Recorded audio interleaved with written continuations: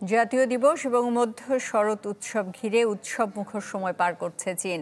টানা ৮ দিনের ছুটিতে দেশটির বাসিন্দাদের কাছে বেড়েছে ঐতিহ্যবাহী হ্যাম মুন কেকের চাহিদা। বেচাবিক্রি বেড়েছে হ্যামের আবাসস্থল খ্যাত দক্ষিণ পশ্চিমের ইউনান প্রদেশে। চীন জুড়ে এখন ছুটির আমেজ। জাতীয় দিবস এবং মধ্য শরৎ উৎসব ঘিরে আনন্দ আয়োজনের কমতি নেই চীনবাসীর, যাতে নতুন মাত্রা যোগ করেছে হ্যাম কেক। ছুটির দিনগুলোতে ইউনান প্রদেশের অলিগলিতে চলছে হ্যাম কেক বিক্রির হিড়িক। জনপ্রিয় কেকটির সাথে মিশে আছে চীনের শিল্প সংস্কৃতির নানা অনুষঙ্গ।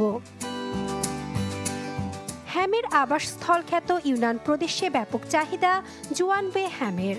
পাতলা আবরণ, পুরো মাংস ও মাঝারি চর্বিযুক্ত হওয়ায় সাধারণের পছন্দের খাবার এটি। আর এর গোলাপি লাল রং ও চমৎকার সুবাস অন্য যে কোনো কেকের চেয়ে আলাদা করেছে হ্যাম কেককে। তাই ছুটির মৌসুমে স্থানীয় কারখানাগুলোতে বিপুল পরিমাণে তৈরি হচ্ছে এটি। ঐতিহ্যগতভাবে হ্যাম কেক হাতে তৈরি হলেও চীনের বিশাল জনগোষ্ঠীর চাহিদা মেটাতে কারখানাগুলো নির্ভর করছে স্বয়ংক্রিয় মেশিনের উপর। আমাদের কোম্পানির প্রতিদিন 12 লাখ পিস হ্যাম কেক তৈরির সক্ষমতা আছে, তবে এখন প্রতিদিন 5 থেকে 6 লাখ কেক বানাচ্ছি। আমরা এবছর 100 মিলিয়ন ইউয়ান বিক্রির আশা করছি। স্বাদ ও গুণমানের পাশাপাশি ভোক্তাদের স্বাস্থ্যের কথাও মাথায় রাখছে কেক উৎপাদনকারী কোম্পানিগুলো।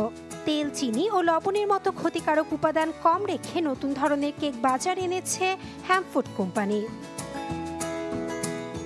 বিভিন্ন উৎসবে শুধু খাবার টেবিল সাজাতেই নয়, চীনের শিল্পকে চাঙ্গা করতে ভূমিকা রাখছে এই কেক। সেই সঙ্গে নিজেদের ইতিহাস ঐতিহ্য ফুটে উঠছে বিদেশি পর্যটকদের কাছে। নাসরিন আক্তার, চ্যানেল 24। নতুন বাংলাদেশ গড়তে এলো জুলফিকার স্টিল। জুলফিকার স্টিল, ইস্পাত দৃঢ় অঙ্গীকার।